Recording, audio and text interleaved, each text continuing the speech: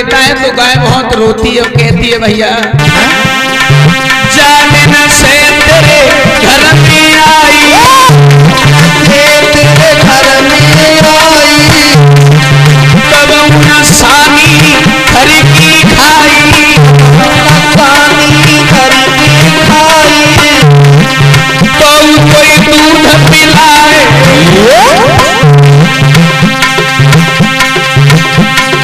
तो कोई दूध पिलाए, भरी भरी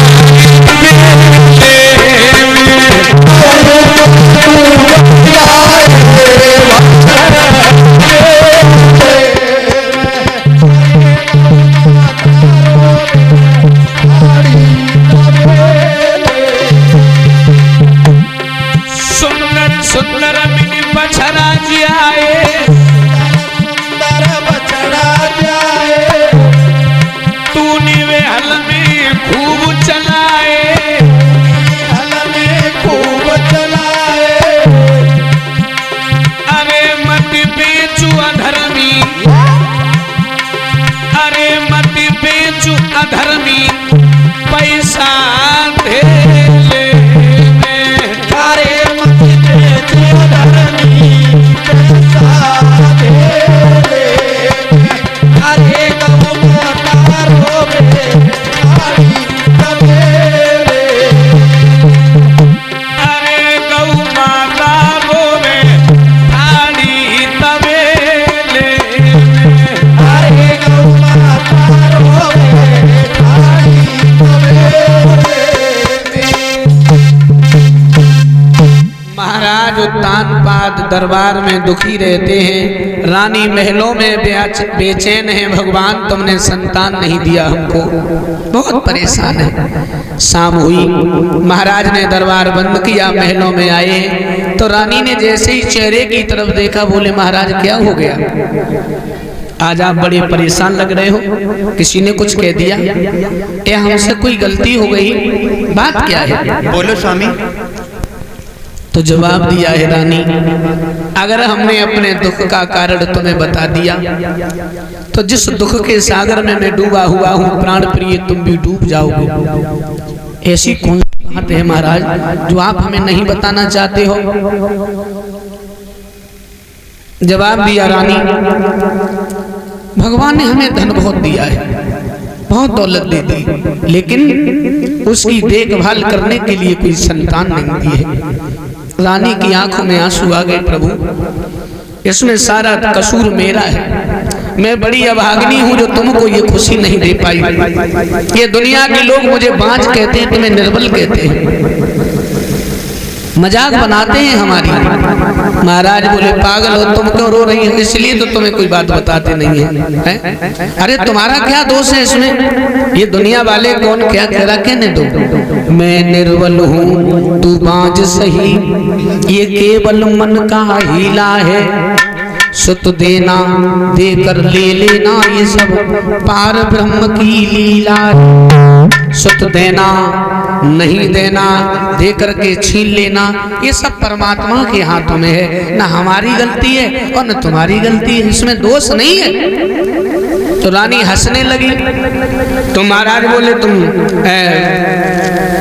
हंस क्यों रही हो, बोलो। ये संतोष यादव सुनो, श्रीमान नजर सिंह करहेल मंगलानु नितिन ग्राम मनिकपुर, वे पीताम्बर और हार भेंट किए हैं, कामना करता हूँ भगवान धन के भंडार भरते रहे। तो रानी ने जवाब दिया, महाराज हम तुम्हें एक ऐसी बात बताएंगे जिसे सुनकर के तुम भी खुश हो जाओगे। अच्छा ऐसी कौन सी बात है, बोले सुनो।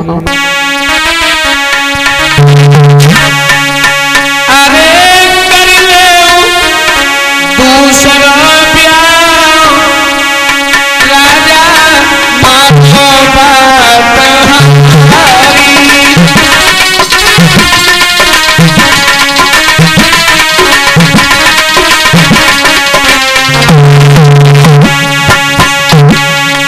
क्या कहा तुमने, हाँ सही कह रही हो ना, तुम दूसरा प्यार चाहिए, एक सुगर दुल्हनिया लइयो चाहिए,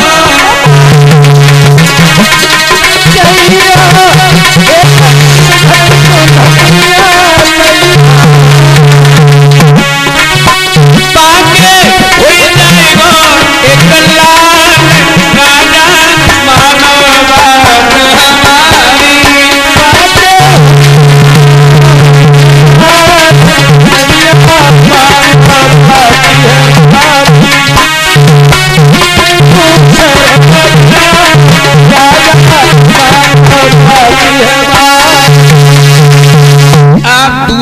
विवाह कर लो। भगवान ने हमें कोई संतान नहीं दी, वो मेरी बहन मेरी सौत घर में आएगी, भगवान कोई न कोई खिलौना उसे जरूर देगा। महाराज बोले क्या कहा तुमने? महारानी जो बात तुमने अभी मेरे सामने की दोबारा न कह देना। प्यारी प्यारी शादी करके जीवन भर नहीं शादी होगी, मेरी शादी होगी लेकिन ठकुरानी तेरी बर्बादी हो जाएगी। क्यों? तुम जानती हो रानी सौत का मतलब क्या है?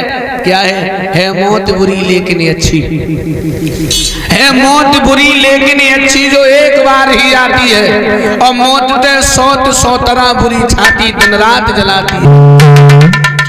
ये शब्द दोबारा न कहना कि दूसरी शादी कर ले। और तुम्हें एक बात और नहीं मालूम है, ला वो बता दे रहा हूं। सौत चूर की बुरी, अरे जहर की छुरी मान जा प्यारी, और तो यावत दिए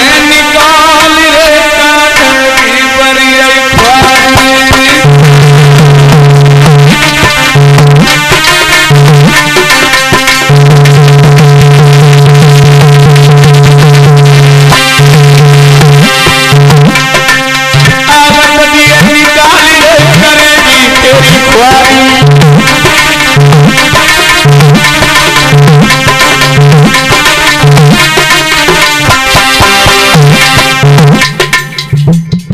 क्यों अपनी जिंदगी को खराब करना चाहती हो? अरे तुम अपनी जिंदगी खराब करोगी सो तो करोगी, साथ में हमारी जिंदगी क्यों बर्बाद करना चाहती हो? हमारे लिए भी झंझट हो जाएगा रानी। तो महारानी बोली महाराज हमसे क्यों लड़ेगी, बड़े प्रेम से रहूंगी उसके साथ। काहे को करेगी नारी मुझसे, काहे को करेगी नारी, रहूं दावेदार बनूं गोबरहार, इतनी उम्मीद को से लड़े पिया करियो न्यारी।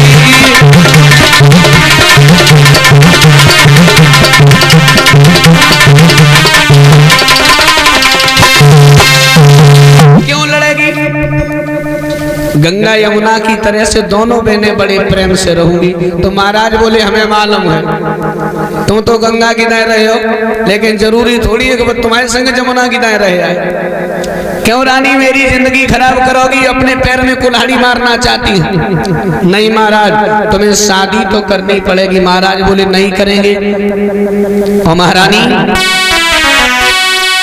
राजनीति कहती है सिर दे दे लेकिन चौथ न दे, और नारियां हमेशा कहती है मौत प्रभु को साथ।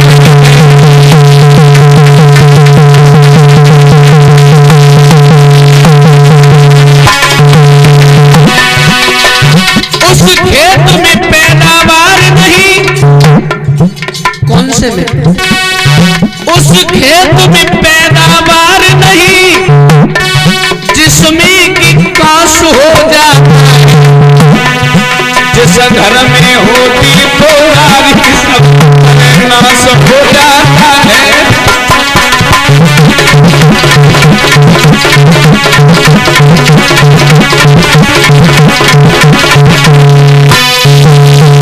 शादी नहीं करेंगे चाहे कुछ भी हो जाए। रानी बोली शादी तो करनी पड़ेगी चाहे कुछ भी हो जाए। अब बाल हट और तिरिया हट है। और लोगों धन्य सुनीति जैसी देवी को जो स्वयं कह रही है कि महाराज अपनी दूसरी शादी कर लो। पति की खुशी के लिए स्वयं महारानी कह रही कि आप दूसरा विवाह कर लो। और आज की महारानी पत्नी की तो छोड़ो, अगर पति ने मजाक में कह दे कि हम दूसरों ब्याह करिए तो एक ही जवाब दिए तुम सो जाइयो, हम रात में तुम्हारा टेटुआ काट लाने, टेटुआ खाई ली तुम्हारो। लेकिन धन्य सुनीति जैसी करो तो वही ले छुटैया पकड़। विद्वानों ने 6 लक्षण बताए हैं पतिव्रता स्त्री के अंदर। कार्ये सुमंत्री, करणे सुदासी, भोजने सुमाता, शयने सुरंभा, क्षमा धनंती धर्मानुकूला पतिव्रता 6 लक्षण। ये 6 लक्षण जिस माँ के अंदर है वो पतिव्रता है। कार्येषु मंत्री, अगर पति कोई काम कर रहा है तो उसे एक मंत्री की तरह सलाह देने वाली हो। जैसे एक राजा का मंत्री होता है जो राजा को अच्छाई और बुराई के बारे में समझाता है, उसी प्रकार समझाने वाली हो। करणेषु दासी, अपने घर का काम स्वयं करे और ऐसे करे जैसे मानो कोई नौकरानी काम कर रही है। भोजनेषु माता, अपने पति को भोजन अपने हाथों से करवाए और उतने ही प्रेम से करवाए जितने प्रेम से एक माँ अपने बेटा को भोजन करवाती है। अब आप लोग सोच रहे हो मैया के हाथ में का अंतर है भोजन में, तो माँ के हाथ के भोजन में बंधु मिठास होती है, ममता होती है। अरे वाह। और मेरी न मानो तो तुम बाहर से नौकरी करके घरे आओ तो अम्मा देखेगी मोह खाए और बहू चिताई अजीब खाए। मैया तो देखेगी लहुआ मोटो बहु पतरो बहु, कैसे रहो कैसे नहीं रहो, भूखो रहो प्यासो रहो, कमजोर तो नहीं हुई हो, लल्ला ठीक आओ लौट के ना आओ। अम्मा हालचाल पूछने में लगी रहे और बहू की नजर होए जेब की तरफ कछ ले आए कि खाली टाइम ही काट रहे हो, ले आए कि ढोल के बजा रहे। और मैं ये भी नहीं कह रहा हूँ कि आज की आधुनिक स्त्रियां पति को प्रेम नहीं करती, बहुत करती बहुत। और अगर कोई बात आ जाए तो जो कह देती है अगर तुम्हें कछु हुई हो तो हम सपा मर जी, कम मर जी, जब तुम्हें कछ हुई हो तब, मतलब पहले तुम मर जाओ ताकि बात, पहले कोई चांस ना है। बड़ी दुर्दशा है। किसी ने 2 लाइनें गाई है।